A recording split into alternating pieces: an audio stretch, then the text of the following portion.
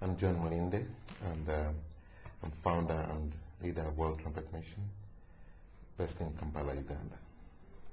Okay, and you're spending the weekend in Norwich. What are you doing here? We have a plan to send in 2 prayer missionaries come from Uganda to Britain. They will be spending about 3 months later this year, and they'll be working with churches around the country to raise the prayer levels, to institute prayer altars around the country. So right now I'm more like a forerunner for them in Norwich, to talk to churches here, talk to intercessors and church leaders, preparing the way for them to come in. Okay. And what will they be doing when they come? It's mainly to do with prayer. Now, prayer is the oldest subject in the church, but it's about breakthrough prayer. There's so much prayer going on around the world, especially for transformation, but there's little to show for it in many, many parts of the world. And we believe Britain is at a point where it needs God's intervention pretty soon. And we are indebted to Britain for what we have as Christianity in Africa. Most of the missionaries that came down to Africa came from Britain, and so we feel like children, spiritual children of Britain, and we feel that obligation to come back and bless the land that blessed us with whatever the Lord has given us. So they're coming in, they're going to be working with churches and prayer groups, instituting prayer altars, trying to encourage intercessors, go deeper in intercession, spiritual warfare, and to see that we come to see some fruits in prayer. Okay. And back in Uganda, the country has been transformed from the days of Idi Amin. And what role have yourself and the church been able to play in that? The church has been at the forefront of all the major transformation that has taken place. Everyone acknowledges it's mainly the church, both in prayer, but also in social action.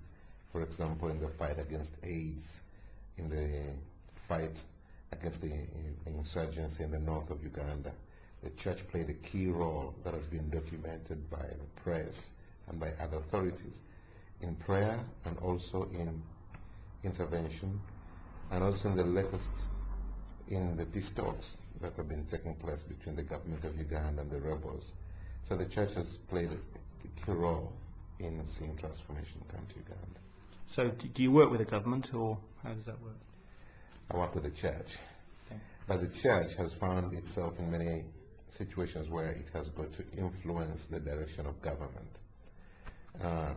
Many people did not see that role in the beginning, but as we prayed more and more, and as we got prophetic insight in the direction the nation needs to go, we had to get the ear of the leaders in the nation, the national leaders, city leaders, or regional leaders. And as we approached them, talked to them, prophetically gave direction, God gave the grace. They began to pay attention, they began to follow the direction the Lord was giving, and that produced the results. And you've had one area is the fight against HIV and AIDS, and there seems to be a lot of success there. HIV and AIDS Uganda is today held up as a model among all nations in the way it has dealt with AIDS. But if we go back in what it was in the beginning, the government's position was to keep it hushed up and had no real strategy. The church came up and said we must go open, we must be open for the sake of our people. It's more important to save lives than to save tourism, which the government was trying to save. So a policy decision was taken to put lives before tourism. But then the approach was different. The government was fighting the promotion of condoms. The church was fighting the promotion of abstinence for those who were not married and faithfulness for those who are. So in the beginning we were really conflicting in public until government called for a dialogue. After some time there was agreement that government would come behind church to promote everything church is promoting as priority, and church would come behind government to promote what government is promoting as a last resort. Out of that came the ABC strategy. First thing, abstain if you're not ready for a long-term commitment. Second thing, be faithful if you have a partner in marriage, long-term commitment. and as a last resort, condoms for those who find themselves in situations that may compromise them. And it was a compromise on both sides, but it worked because it enabled the two sides to come together, fight together, strategize together, and support one another. And the result was behavior change in the country, and we've seen more and more young people decide to keep themselves pure until they are ready for marriage. They're seeing more faithfulness. In Africa is polygamous, and that is still there in Uganda, but there is a very big drop in multiple partners. More people staying with one partner and being faithful to them. That's not to say it's perfect yet, but there's been a major behavior change. Okay. And now you're in England, and what message are you bringing to the people that you're meeting in Norwich? England has got a key prophetic place to play, especially in God's work in Europe.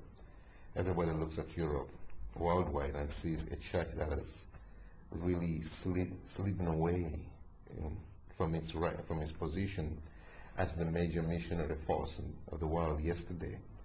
Today, Europe is seen as post-Christian.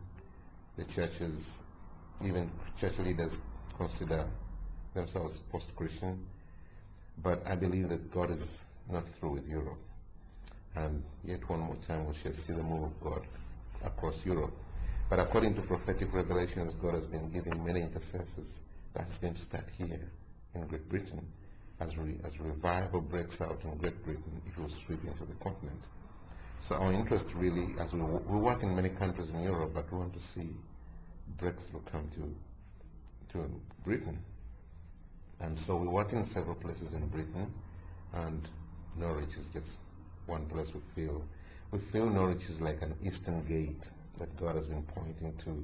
Many intercessors have got Norwich in their visions, dreams, where the Lord has been showing a move of God is going to start here and will spread across the nation. So our coming here is to say, to affirm that God has got a purpose here, to encourage the church here, and to provoke it to go beyond the normal limits where they would go, to step out into the unknown and believe God for breakthrough.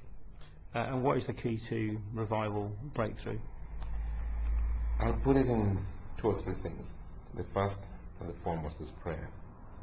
Prayer is the key to revival. This has been said by so many authorities around the world. But the second I would put is we've got to break free from the dictates of the world system. If we pray and stay within the dictates of the system of the world around us, our prayers will just go on and on and on. So one of the things we try to encourage the churches and the intercessors is, you are praying. Are you seeing answers to prayer? Do you think it's God's desire to go decade after decade after decade of people crying for revival and it's not coming? Don't you think we need to examine our hearts and say, where are we not meeting his requirements? And one of them is to forsake our ways. The Bible calls it our wicked ways. Many times we don't want to look at our ways as wicked, but I want to say our path, our ways, because God says, my ways are not your ways, and your thoughts are not my thoughts. So to encourage people to think about the ways of the world that have penetrated the church, the worldliness, the worldly value that we put to things, and the lifestyle, the attitude, the worldview, and say, what does the Bible teach, and what do we actually live like? So it's setting ourselves apart from the worldliness and materialism around us, that we may pursue the cause of the Lord. So that's one of the areas that we feel should accompany prayer. And maybe the third area is, by and large, Europe has lost its understanding of the spiritual realm. There's a major denial that the spiritual world does not exist, although the Bible is full of spiritual world, and even the authority God gave the church includes an understanding of the spiritual world and how to deal with it. Now in Africa, there's no struggle with that. People are mostly first-generation believers or second-generation believers. They have a clear understanding of where they came from when they were under the bondage of the powers of darkness. So there's no struggle. There's a willingness to learn how to overcome them and to get a breakthrough. That is no longer in Europe. So that's the third area we are saying to the church, you need to regain your understanding, the spiritual realm, spiritual authority, and you need to work to break through to see the power of God again.